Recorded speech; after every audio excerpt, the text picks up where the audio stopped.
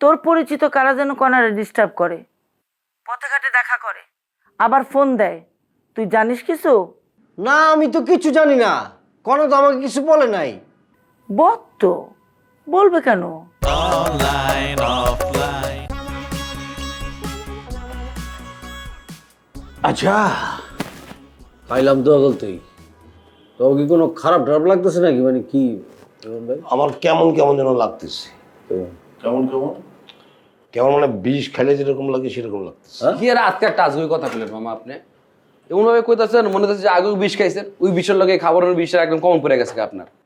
এত মজার রান্না তো আমি আমার মায়ের পর কারো হাতেই পাইনি আমি, আপনারা মনে হয় পান নাই। অবাক লাগতেছে কি জানেন, যে রুমার মতো একটা মেয়ে এত মজা রান্না করতে আমি আর কল্পনার বাইরে আসিল। রুমা, লড্ডু, ভাবি ভাগনা কি করে?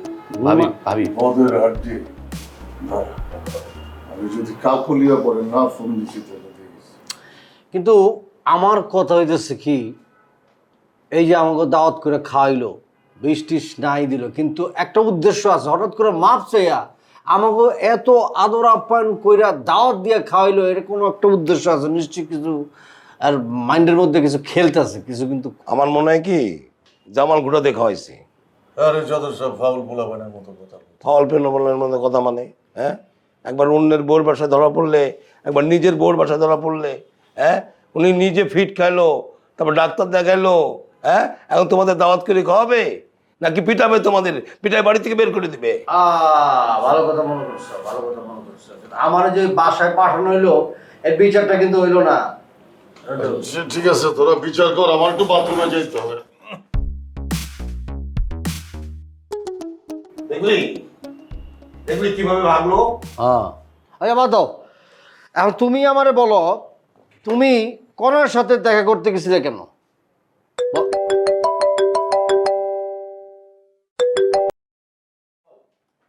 কনা বল। হ্যাঁ ভাইয়া, আম্মু তোমার সঙ্গে কথা বলবে। নাও। শাহেদ, এটা কি রে? কোনটা কি আম্মা? এই যে তোর পরিচিত কারা জানি কনারে ডিস্টার্ব করে। আহা আম্মা, কথাগুলি বুঝতেছি না, তুমি আবার বলো তো কি ঘটনা? তোর পরিচিত কারা যেন কনারে ডিস্টার্ব করে, পথে ঘাটে দেখা করে, আবার ফোন দেয়। তুই জানিস কিছু? না, আমি তো কিছু জানি না। কোনো তো আমাকে কিছু বলে নাই। বল তো, বলবে কেন? আসলে সে মজা পাচ্ছে। বলবে যখন, তখন ভালো মতো বিপদে পড়বে, তখন বলবে। তুই জানিস কিছু এসব? না, আমি কিছু জানি না। তবে তবে আমার একটু মনে হচ্ছিল আর কি। কে ওই বজ্জাতগুলি কারা, জানিস সেটা? এখনো জানি না, তবে জানবো। জানার সাথে সাথে ঘাড়ে ধরে আমার কাছে নিয়ে আসবি। থাপড়া গালের দাঁতগুলি আমি ফেলে দিব, নাকের পানি চোখের পানি আমি এক করে ফেলবো। ভদ্রগণের মেয়ের পিছনে লাগলে কি হয় তার বিচার আমি করব। ঠিক আছে আম্মা, আমি জানাবো। কিসের ঠিক আছে? কিছুই ঠিক নাই। তুই কিন্তু পরশু দিনের মধ্যে এই শয়তানগুলি কারা খুঁজে বের করবি।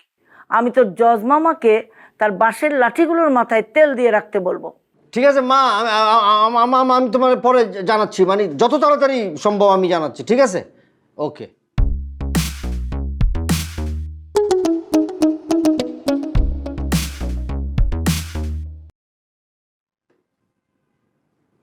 ইমন ভাই শোনো, আমি তোমার আমার জজমামার যে লাঠিটা আছে না, এরকম মোটা, বুঝছো?